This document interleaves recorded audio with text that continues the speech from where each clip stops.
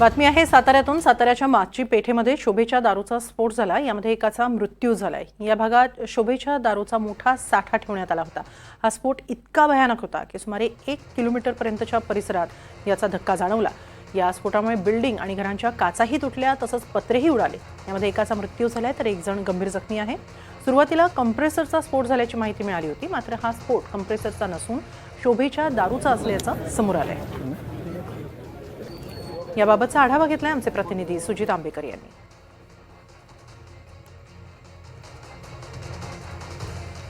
याच गॅरेजच्या समोर हा स्फोट झालेला आहे। हे गॅरेज आहे। या गॅरेजपासून साधारण 5 ते 10 फुटाच्या अंतरावरती हा स्फोट झाला। हा स्फोट इतका भयानक होता की गॅरेजची परिस्थिती आपण बघू शकता। ही गाडी आहे। या गाडीवर प्रेस लिहिलेलं नाव दिसते बघा तुम्हाला। प्रेस लिहिलेलं कोणाची तरी प्रेसवाल्याचीच गाडी दिसते। इथं बघा पत्रे उडून पडलेले आहेत आणि हा गॅरेजचा समोरचा भाग हे असलेलं इथं चिकनचं दुकान।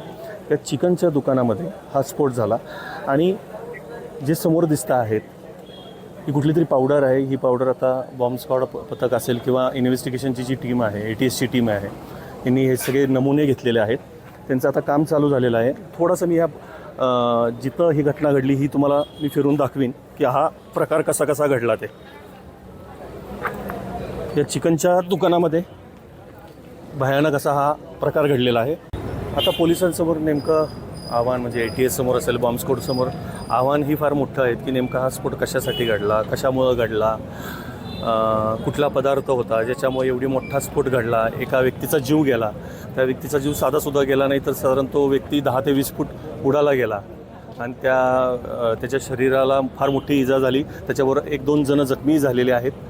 त्यांचीही प्रकृती आता अत्यवस्था आहे। त्यांच्यावरती उपचार केले जाते। अनेकांच्या कानांना इजा झालेली आहे कारण का स्फोटची दाहकता इतकी जोरदार होती की अनेकांना आता या परिसरामधल्या लोकांना कानाला नीट ऐकू येत नाही आहे। इथं बघू शकता हे पत्रे बघा।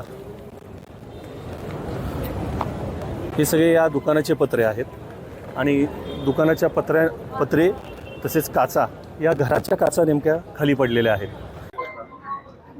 साताऱ्यातल्या माची पेठेमध्ये साधारण दुपारी 1:30च्या आसपास एक भयंकर स्फोट झाला। स्फोट इतका भयानक होता की आसपासच्या घराचे काचा वगैरे तुटलेल्या आहेत। पत्रेही उडून गेले। इथं बघू शकता की तो स्फोट हा समोरच्या ठिकाणी घडला आणि तिथून एक व्यक्ती उडून इथं पडला। या ठिकाणी तो उडून पडला होता। तो जागेवर मृत्यू झाला। 35 वर्षाचा युवक आहे। आता म्हणजे ह्या स्फोटाची तपासणी नेमका हा स्फोट कशामुळे झाला। आता इथल्या ज्या स्थानिक लोकांकडून थोडीशी माहिती आपल्याला जी मिळत आहे की हा स्फोट काही कॉम्प्रेसरमुळे झालेला नाही, वेगळ्या कुठल्या तरी कारणामुळे झाला अशी आपल्याला NDTVला माहिती मिळालेली आहे। दुसरी गोष्ट, कारण का कॉम्प्रेसरचा विषय घेतला तर कॉम्प्रेसर आहे त्या जागीच आहे।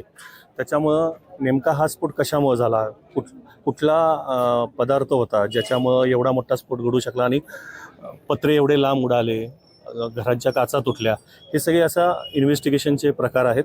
त्याच्यामध्ये आता सातारा पोलिसांनी मोठी यंत्रणा राबवलेली आपण बघू शकता। SP आहेत वैशाली कुडूकर, या स्वतः इथं घटनास्थळी आहेत।